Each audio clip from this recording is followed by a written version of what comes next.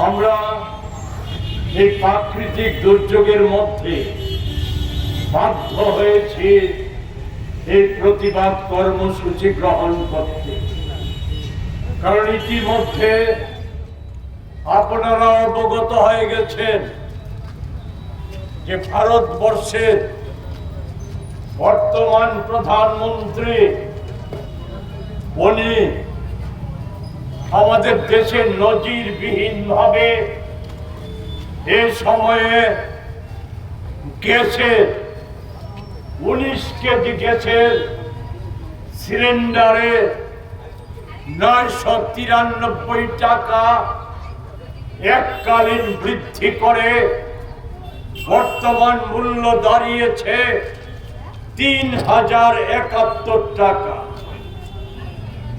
জানুয়ারি মাস থেকে এ সময় পর্যন্ত 4 দফে এই মূল্য বৃদ্ধি ঘটিয়েছে 1442 টাকা।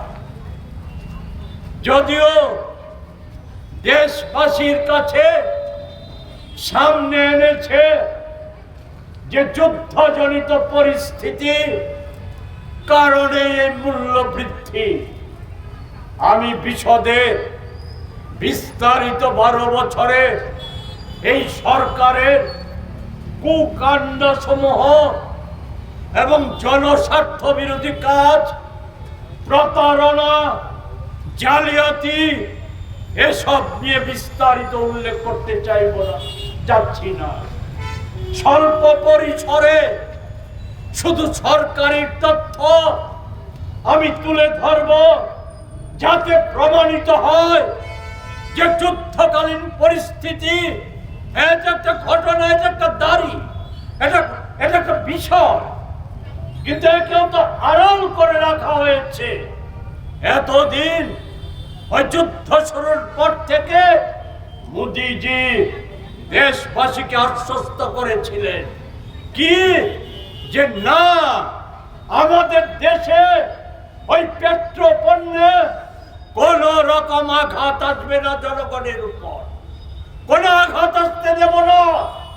পেট্রোল, ডিজেল, গ্যাস এ মজুদ ভান্ডার আমাদের আছে, কিন্তু যে তথ্য এখন আড়াল করছে, আমাদের হরমুজ প্রণালীতে এখনো ভারতের পতাকাবাহী 14টা জাহাজ থেমে আছে।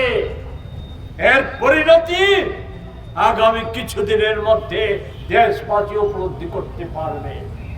প্রতারণা, জালিয়াতি ধরা পড়ে গেছে এই কমার্শিয়াল গ্যাসের মূল্য বৃদ্ধি।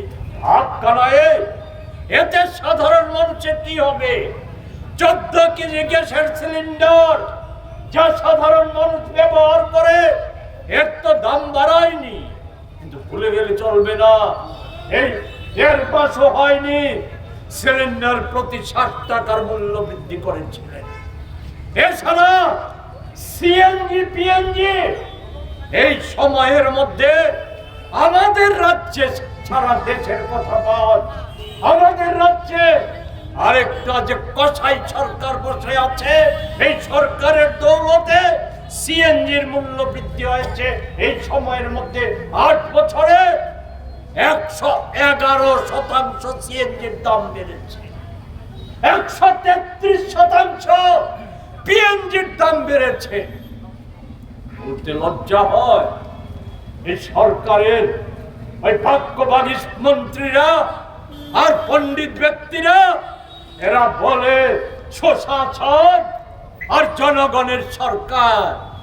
আমি বলবো, যদি সাহস থাকে আমি চ্যালেঞ্জ করে বলতে চাই, আমাদের দেশ রাজ্যে মাটির তলায় প্রাকৃতিক গ্যাসে ভরপুর আছে।